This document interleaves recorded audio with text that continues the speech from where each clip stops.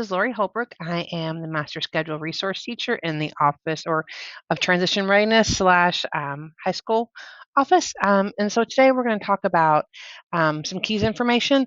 It's a little bit of review of the end of the year if you watched that video last year, but there is some new information as well. So let's get this started.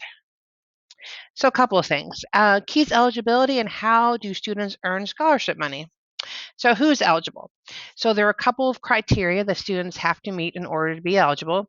So for example, a student has to be a citizen, a national, or a permanent resident of the United States.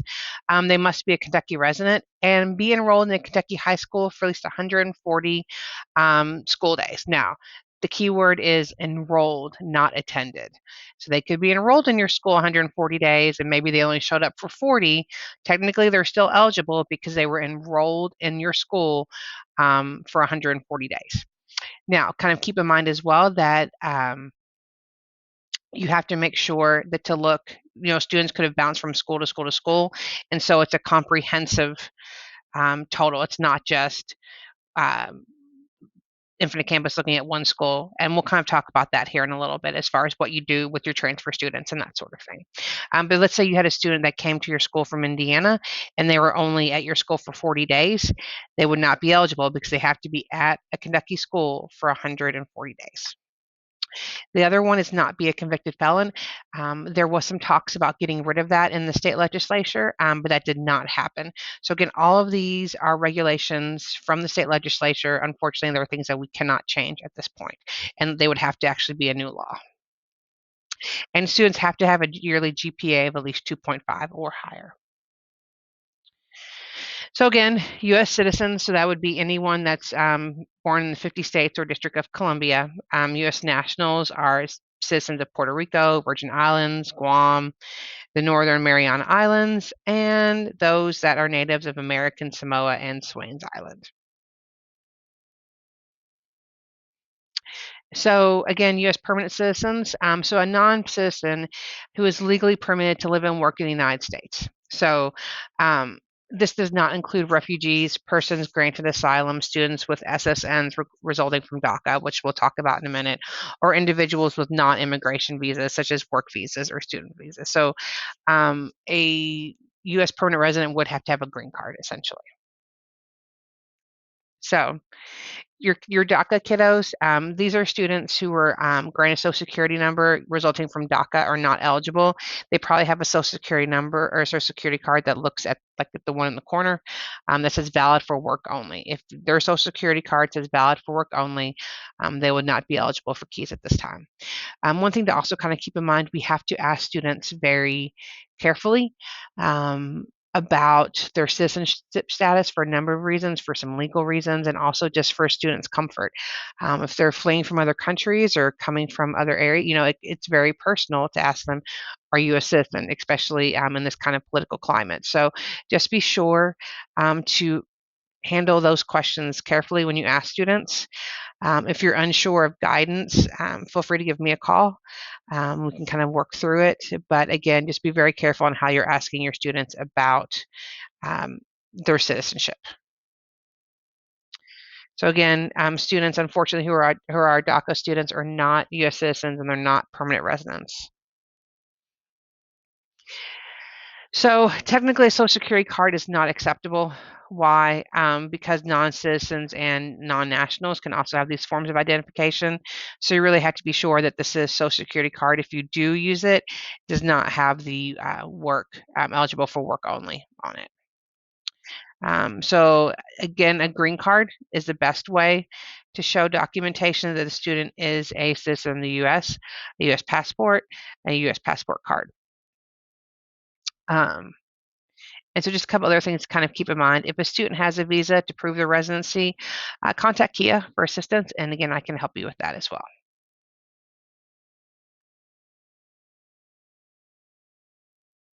So what happens if a citizenship changes for a student? Let's say they come in their freshman year, they are not a citizen, but then they become a citizen later on.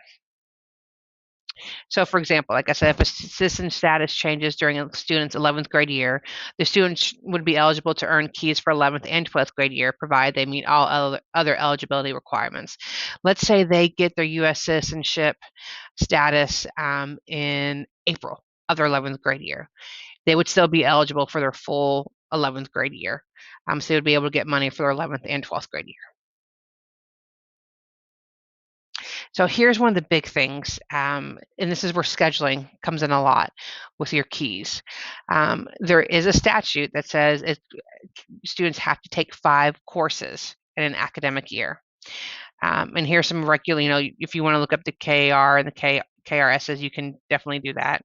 And it is based on KDE's minimum high school graduation requirements. So a course is defined as 1 credit. So a student must earn 5 credits each year to meet the KEES curriculum requirements. So it doesn't mean Lawyer Holbrook could have earned 4 credits her freshman year and 6 her sophomore year, and that averages out to 5 credits per year. No, it has to be 5 credits per year, no matter what. And here's the other big thing, schools, as you are scheduling, especially your juniors and seniors, the CTE co-op courses can be counted for more than 1 credit in certain circumstances. It must be approved by the Office of Career and Technical Education as a work-based learning experience, and it has to be a CTE one. So again, that is your CTE co-ops, like your business co-ops, your IT co-op. It will say IT co-op, or it will say health co-op, or it'll say nursing co-op, or apprenticeships, those kinds of things. Those are approved by CTE, and students can earn more than 1 credit for KEES. And except for course code 901005, it is possible for the CTE co-op to count for more than 1 credit.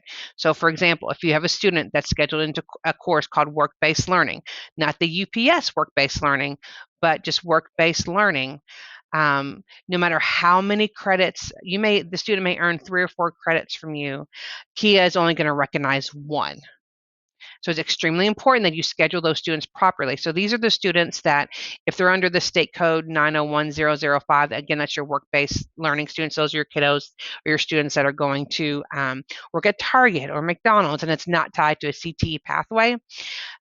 They may leave if you're on a 7-period day, maybe they leave after 4th period. So maybe your school will give them 3 credits over the course of a year for workplace learning, and that's totally fine. That's within your purview to do that. But KEA is only going to recognize 1 credit. Recognize all of that as 1 credit. So you have to make sure the students are scheduled into 4 other credit-bearing classes. So that means they probably couldn't be an aide or anything like that. They need to be in 4 other credit-bearing classes. Now, for your students that are doing CTE classes where they're going and working at Yum, or they're going to work at Norton Hospital, or they're going to work at Sam Swope dealership, KEA will recognize up to 3 credits per year. And we'll talk about that again in a second. So again, courses coded with the state code 901005 can only count for 1 credit, no matter how many credits the school awards for the course. So again, you have the purview to determine how many credits you want to award a student for a class. However, KEA is going to look at that state code, and even if you award that student 3 or 4 credits, KEA is only going to recognize 1. So when we're talking about this, let me go back for a second. So again, your CTE classes, KEA will award up to 3 credits per year. Again, your students may earn more. Your CTE or your internships, your apprenticeships, all of those things are your actual co-ops. KEA will recognize up to 3 credits per year. So you have a little bit more flexibility. So you really see that KEA is really trying to push kids towards your CTE co-ops that are aligned to a pathway versus kids leaving to go just straight to work. And again, if you have any questions on that, feel free to give me a call or put a question in the chat. So here's a really good tip, and I would highly, highly, highly recommend that you do this. There is a eligible summary report through Infinite Campus. I would highly recommend that you run it. Here's the path where you can find it. It's under Index, Kentucky State Reporting, KDE Reports, KEES Eligibility. That will pull up every student in your building and tell you if they are scheduled into enough classes to count for to be eligible for KEES. We've had a lot of instances where schools have not scheduled their students properly, and students their senior year were not eligible for KEES money based upon their schedule. So I would highly recommend, when you're working on your master schedule and you're about ready to pass out your schedules to your students, run this report and make sure that all of your students are eligible for KEES. So one big thing I mentioned earlier about your transfer students. If you have transfer students, let's say they moved from Iroquois, now they're at DOS. At DOS, you'll have to go in under the enrollment tab, and there's a little line that says KEES override, and it has a drop down, yes or no, and you want to select yes. If not, Infinite Campus is not going to mark that student as having enough days. So please make sure that you mark that KEES override to yes. Your MSD students are not eligible for KEES. They have a different program. So MSD students do not earn credits. So it's extremely important, again, at the beginning of every year, whether it's a counselor or a records clerk or somebody, go into Infinite Campus for each one of your MSD students only, and they should have the KEES override set to no, and that has to be done every year. So that might be something that your records clerk or somebody puts a little calendar reminder that beeps every year that says, hey, make sure I take off, set the KEES override to no for our MSD students. Mid-year grads, those are students who complete the high school graduation requirements in 3.5 years, and they can get KEES, but they have to meet these following terms. We're enrolled during the entire academic term. We're not enrolled in a secondary school during any other academic term of that academic year, and completed at least 3 courses during the fall term. And all that information has to be reported to KEA by January 15th. Our 5th-year seniors, these are our students that take just a little bit longer maybe to finish high school. They can only earn KEES money for one 12th grade year. And so what happens is Sarah Potter and I typically have to recalculate the 12th grade GPA and then update their students' KEES accounts. So if you're going to have a 5th-year senior, and you think they're going to be eligible for KEES, let Sarah and I know so that way we can look at their KEES account. We also have to look at their graduation date. We have to look at their 12th grade academic year, their 12th grade GPA. So here's another big thing with KEES, and this all goes back to scheduling and how you have your courses set up. KEES weights our AP, our Cambridge, our International Baccalaureate, and our dual credit on a 5-point scale. So, our grading scale is a little bit different, and that's okay, but this is how KEES is going to look at a weighted course. So again, that's advanced placement, International Baccalaureate, our dual credit, and our Cambridge classes. The only way KEES knows what those are, and we'll talk about here in a second, is on the way that you have your course set up. So there will be a screenshot here in just a minute that will show you exactly what you need to do to make sure KEES, all your information is reporting properly to KEES. Special note that the advanced program does not count as a weighted class for KEES, only advanced placement, not advanced program. So according to Senate Bill 128, KEES is limited to 1 award per grade level. So when we're talking, this is also going to be a little bit about your supplemental school year. So if you've got students that are doing the supplemental school year, let us know, and we can kind of work you through that as well. I know KEA is still working on a lot of the parameters for that, but it's the same treatment technically as any other grade level when it's repeated. A GPA calculation should include all the students' work for the grade level, even if the work is spread over 2 academic years. So here's what I was talking about for the course cleanup. So you want to check all of your dual credit, International Baccalaureate, Advanced Placement, and Cambridge courses to be sure the difficult level is set correctly. You see the difficult level, you'll have a couple different options. You'll have Advanced Placement, you'll have dual credit, you'll have International Baccalaureate, and the screenshot isn't showing Cambridge, but you'll have Cambridge as well. If that difficulty level is not selected for the course, the student will not get the KEES bump because there's no other way for KEES to know that this course should be weighted. They don't know our course numbers. None of that means anything to them. It's all strictly pulled from this difficulty level. So please be sure on your dual credit, international baccalaureate, advanced placement, and your Cambridge courses that the difficulty level is selected and it's the correct one. If not, your students are losing out on KEES money. And you also want to make sure that the instructional setting is correct as well. And that just tells KEES where the student's taking it. If it's online, if it's off campus, like at a college, or if it's on campus here at JCPS. So how do students earn KEES money? So we talked a little bit about how students are eligible. So they earn a specific amount and it's on a sliding scale based on their 2.5 GPA or higher. So they can get anywhere from if they have a 2.5, they'll get $125 all the way up to a 4.0, which is $500. They don't get any additional money if they have a 4.3 or anything like that. It'll still be $500. Now, students who have at least one ACT score are eligible for an ACT bonus. And that award is based on the highest ACT composite score. They're not going to super score it like your colleges do. KEES is specifically looking at the highest ACT composite score. And again, that's on a sliding scale.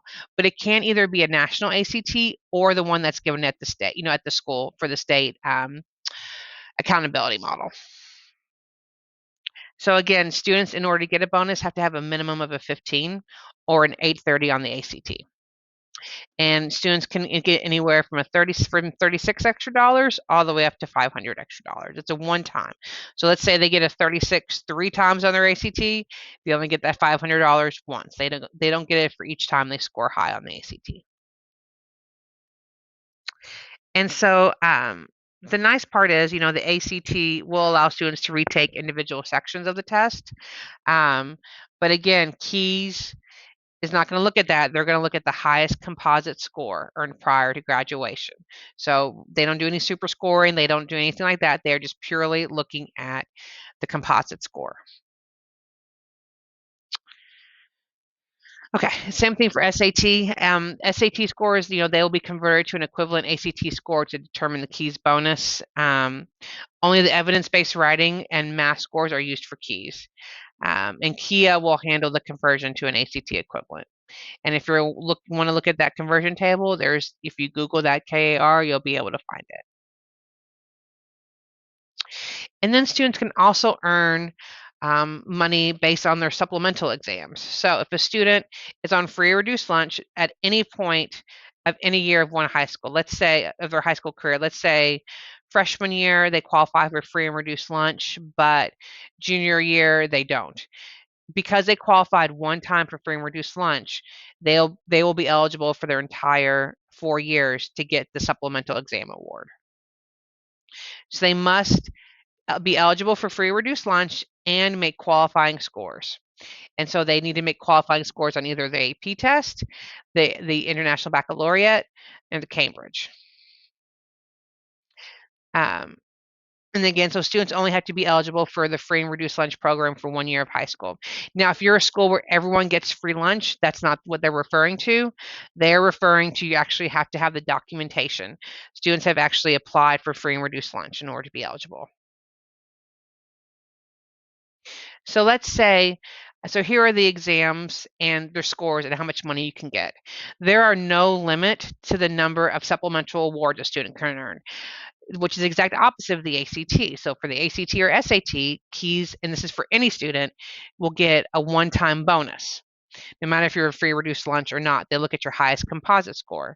On the supplemental exams, if you qualify for free and reduced lunch, you filled out the form, there is no limit to the amount of money that you can get from your supplemental exam awards, provided you score either a 3 on the AP exam, a 5 on the IB, or an E on the Cambridge.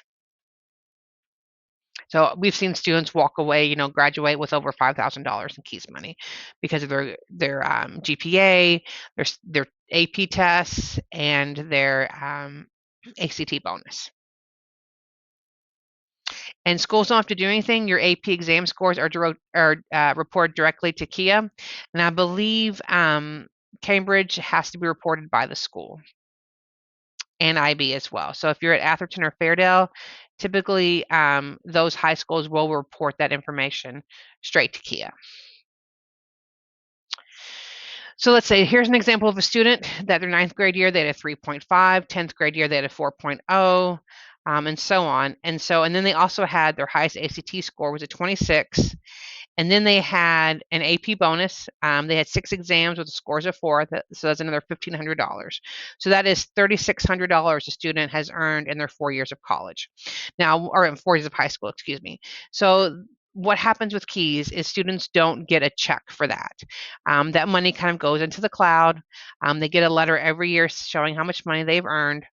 And so KEES holds on to that money. And if students go to an in-state school, public or private, that school will then contact KEES and say, hey, release those funds.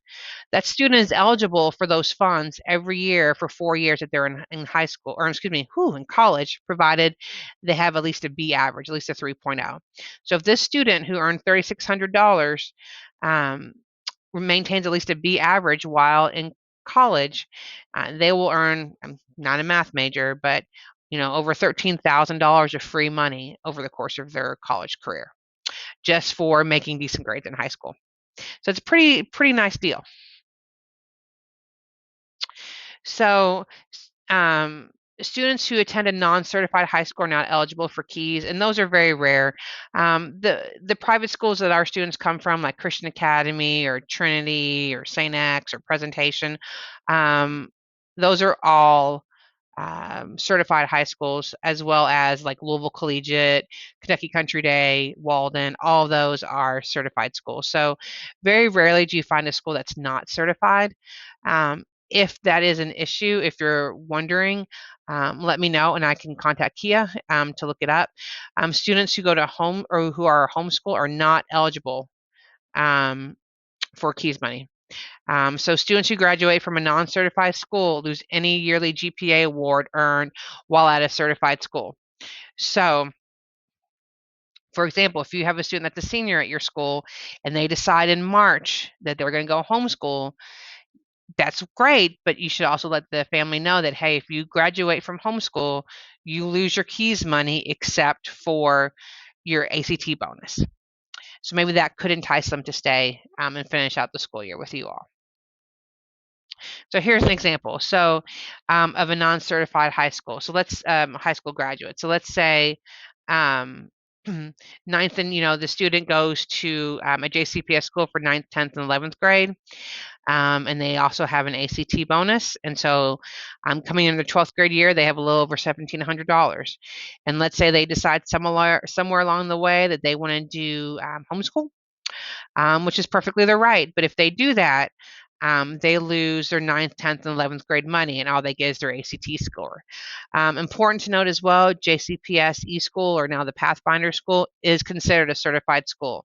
So if you have students transfer there to finish out the year, that is still a certified school, and they're still eligible for all of their KEES money.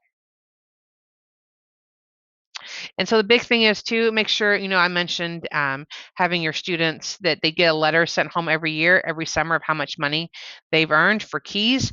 And so a lot of these are returned because they don't have correct addresses. So make sure that your students have their correct address. The best way to do that is to run the KEES error report. That will also pull any students that are missing socials. And that's your biggest way to make sure that you have as many students as possible when you're asking kiddos for their social. Again, you have to do that in a way too, because a lot of parents are hesitant to give out their social security numbers. Explain to the parents why you're doing it. I've got some paperwork on KEES, so if they need information on it, but that's the social security number is tied to the KEES database, and so it's also tied to the driver's license database. So we have to pull all that information for the students to get their KEES money. It's all part of the legislation. It's unfortunately something that we cannot work around. So again, so when you're talking to your parents, when you're running this KEES error report, and you either have a blank for your the social security number, or they have a blank for the mailing address. Mailing address just means there's a checkbox is missing in your households. But if they're missing their social, that's when you need to talk to parents, call home, and make sure that the parents give you the child's social security number and not the parents, because that happens a lot, and those will get kicked out by the system when the student is trying to go to college. So some of your students may be familiar with MyKey or at Kia.com. That's where students can go in and check their KEES account anytime. If they can't see their KEES money, it could be one of two things. One, they don't have a KEES account, or two, they created their MyKia account with the wrong information. So if that happens again, let me know. We can work through that. And so where can KEES monies be used? So it can be used during the fall and spring semester at any participating college or university in Kentucky. And that includes all the four-year private and public, all of the Kentucky community and technical colleges. It does not include cosmetology and barbering schools, and it does not include those only offer secretarian courses. KEES can also be used for registered apprenticeships now as well.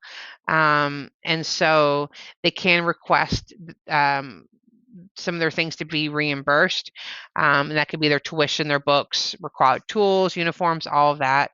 And their reimbursement amount is based on how much KEES money they earned while in high school.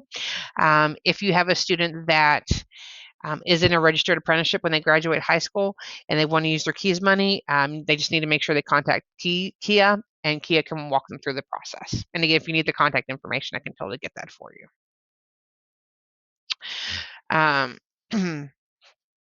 And so also with the KEES registered apprentice, the reimbursement amount per year cannot exceed the KEES award. And it's still 4 years of reimbursement. And so the eligibility will end 5 years following high school graduation or getting their GED, or receipt of 4 years of registered apprentice, or a student's successful completion of their apprenticeship program. There are a few rare instances where you can use your KEES money out of state, and it's allowed only if the program of study is offered to Kentucky students through the Academic Common Market. The undergraduate program must not be available in Kentucky, and the program must be offered at the Academic Common Market participating institution, and the student must submit an application to the Kentucky Council of Post-Secondary Education. So for example, if you have a student that wants to major in marine biology, and not one school in the state of Kentucky offers it, and let's say they want to go to the University of Florida, and for example, let's say the University of Florida is in our Academic Common Market, they could take that, and students could use their KEES money, but they would have to contact the Council on Post-Secondary Education. However, if they're an English major and they decide they want to go to University of Texas at Austin, because there are lots of programs or lots of universities in our state that offer English, they would not be able to take their KEES money. Now, some schools I know, like Indiana University Southeast, they give you a KEES equivalent scholarship a lot of times. So they'll say, okay, you were going to earn this much money in KEES from the state of Kentucky, but since you're out of state, we'll go ahead and give you that money as an additional scholarship. So it's important that you check with the colleges where your students are applying and seeing how many will do that. And so using KEES out of state as well, the tuition reciprocity, students can receive in-state tuition at out-of-state public institutions through the Academic Common Market. There are 13 states that we work with, but not all participate in the undergraduate level. So these are the states that do have the Academic Common Market. So again, if you wanted to do marine biology and the University of Florida had it, you may be able to get in-state tuition, and you may be able to take your KEES money with you. So the disbursement of KEES funds, Kia will process those, and they will send the money straight to the university. If, let's say, for example, the student doesn't have a balance, then the university will cut the student a check for that money, and the students can do with it what they want.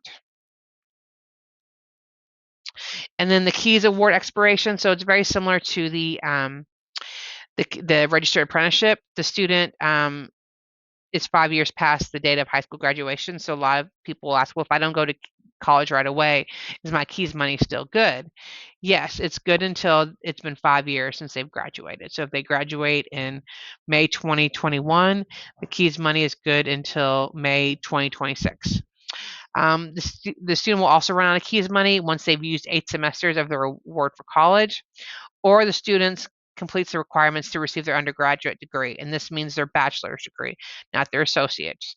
So, because associate's is only 2 years, so a student would still be able to have 2 more years of KEES money after that. But if a student graduates and gets their bachelor's degree, they get no more KEES money after that. So I know I went over a lot in a short amount of time. Here's my contact information and Sarah Potter's as well. We are the one that work on KEES um, for the district. And again, just the big thing to keep in mind is making sure you're scheduling your kids properly to make sure they have enough credits, making sure you're running that KEES error report so that you can see who in your building does not have a social and work on getting those. And again, just being careful in the way that you ask your students about their social security numbers and calling home and that sort of thing. But that's really all I have. Like I said, feel free to ask me any questions in the chat. Feel free to give me a call, email me. I'm happy to help any way I can and make sure all of your students get eligible for your KEES money. Thank you so much, and you all have a wonderful day.